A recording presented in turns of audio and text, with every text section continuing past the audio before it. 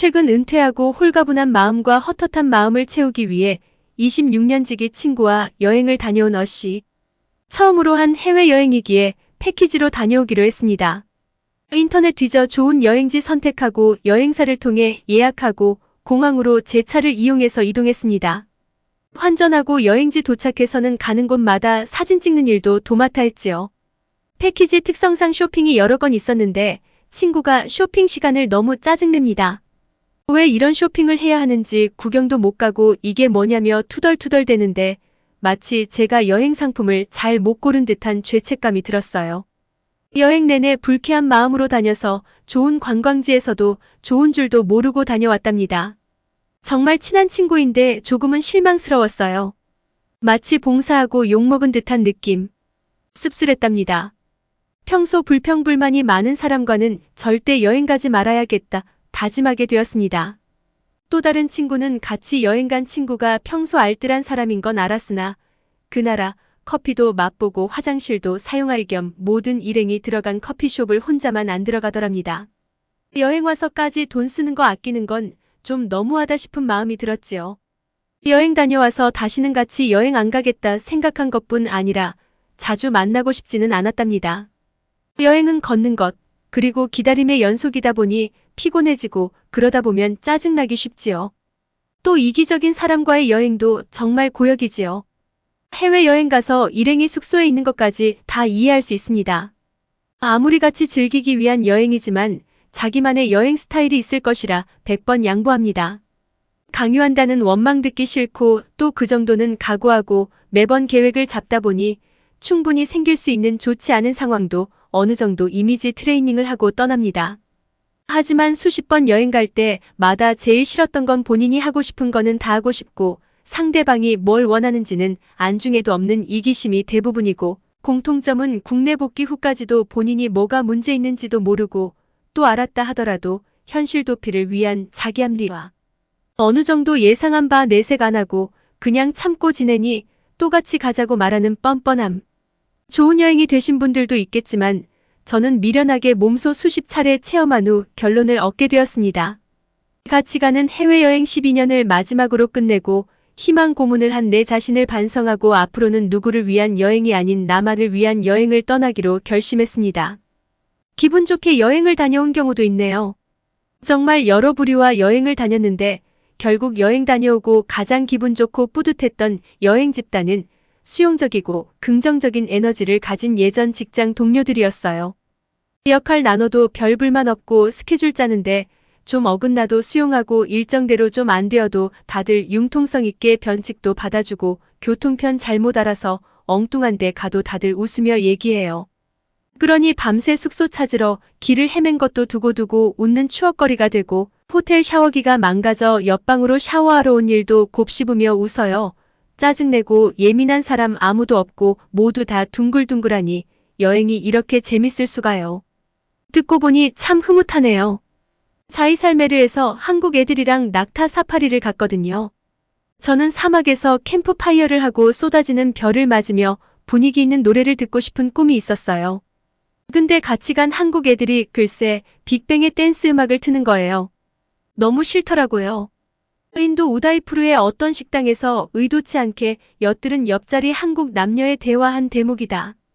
이 말을 한 여행자는 낙타 사파리를 자기 자신과 대면하는 운치 있고 내향적인 활동으로 받아들인 반면 대화 속에 등장하는 한국 애들은 낙타 사파리를 신나는 액티비티이자 파티로 받아들였다. 여행 친구를 물색할 때는 그 사람이 자신과 개방성이나 외향성에서 비슷한지를 따져보는 편이 안전하다. 하지만 우리는 성격과 취향이 비슷한 사람하고만 여행해야 하는 것일까? 나와 성격과 취향이 일치하지 않는 연인 가족 친구와는 여행을 같이 할 수 없는 것일까? 낙타 사파리를 망쳐버린 근본 이유가 과연 성격 차이였을까? 내향인과 외향인이 뒤섞인 여행자들이 자이살메르의 타르 사막에서 모두 행복한 여행을 할 방법은 없었을까? 여행 동반자들 간의 성격 차이는 생각만큼 본질적인 문제가 아니다. 이보다 훨씬 중요한 것은 동반자들이 서로를 존중하고 자주 소통하고 서로의 욕구와 취향과 가치를 절충하거나 공유하여 좋은 여행을 만들어 나가는 것이다. 낙타 사파리를 함께한 사람들이 오늘 밤에 뭐 하고 싶으세요? 라는 말로 시작하는 서로의 욕구와 취향과 가치에 대한 아주 간단한 소통과 절충을 거쳤다면 이들 중 누구도 여행이 불만스럽지 않았을 것이다. 반대로 말하면 존중과 소통이 뒷받침될 경우 나와 성격 욕구 취향이 상당히 다른 가족, 친구, 동료, 이방인 그 누구와도 즐겁고 행복한 여행을 이루어낼 수 있다. 사람들 사이의 관계를 중시하는 심리학자들이 동반자들 간의 의사소통 방식과 갈등 해소 방법 등에 대해 연구한 바 있다. 그 덕분에 우리는 여행 동반자 관계에 힌트를 주는 여러 이론을 찾아볼 수 있는데 특히 부부간 관계에 대한 연구는 여행 동반자 관계에 시사하는 바가 크다. 첫째로 여행 동반자들이 커플이나 가족인 경우가 많아서 부부 관계에 대한 연구로부터 얻을 것이 많기 때문이고 둘째로 여행 동반자란 한번 여행을 시작하면 서로가 마음에 들지 않더라도 여행이 끝날 때까지 꼭 붙어 있어야 해서 본질적으로 부부나 가족과 유사한 특성을 갖기 때문이다. 즉 어떻게 하면 원만한 부부 관계를 유지하면서 살 수 있을까? 라는 질문과 이 친구와 싸우지 않고 여행을 잘 끝내고 싶은데 어떻게 하면 될까? 라는 질문은 본질상 매우 유사하다. 최성애 박사는 부부 상담의 대가 존 가트먼의 연구와 상담 기법을 발전시켜 한국의 부부에 적용해온 손꼽히는 연구자이자 상담가이다. 최 박사에 따르면 불행한 부부의 특징은 5가지로 요약할 수 있다.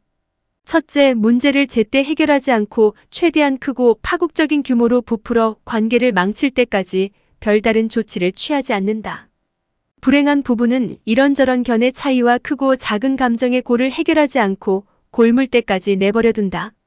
불행한 여행 동반자도 서로의 성격과 욕구와 가치에 관심을 두지 않고 갈등을 방조하며 결국 여기서부터는 따로따로 가자. 귀국 비행기가 18일 10시인 건 알지? 라는 이야기가 나올 때까지 암덩어리를 키우고만 있는 사람들이다. 둘째, 불행한 부부는 싸움을 시작했다 하면 마음에 담았던 말을 거르지 않고 그대로 쏟아낸다. 불행한 여행 동반자들도 서로 감정이 끝까지 악화된 뒤에야 마음에 담았던 말을 그대로 쏟아붓는다. 넌 3년 전에 베이징에서도 너 먹고 싶다는 오리만 먹느라 나는 마사지도 못 받게 하고 2년 전 홍콩에서도 너 가고 싶다는 레이디스 마켓이랑 하버시티에서 내 발 부르트게 쇼핑이나 하고 그러더니 이번에는 뭐? 료칸 오고 싶다고 해서 왔더니 노천탕이 좁아? 장난해? 셋째, 불행한 부부는 싸움을 멈출 줄 모르고 싸움이 끝난 뒤 화해할 줄도 모른다.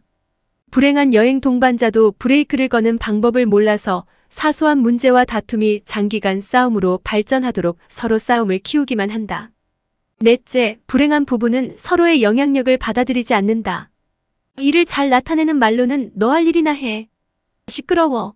알아서 해. 같은 것들이 있다. 이런 말들은 상대가 나에게 아무 영향력도 행사하지 못하게 하려는 아집과 적대감이 반영된 말이다.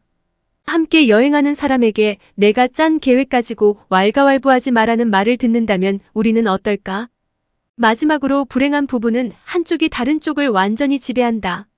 이런 경우는 겉으로 드러나는 싸움이 없을 수도 있지만 이 부부가 느끼는 불행은 싸움하는 부부 못지않게 끔찍하다.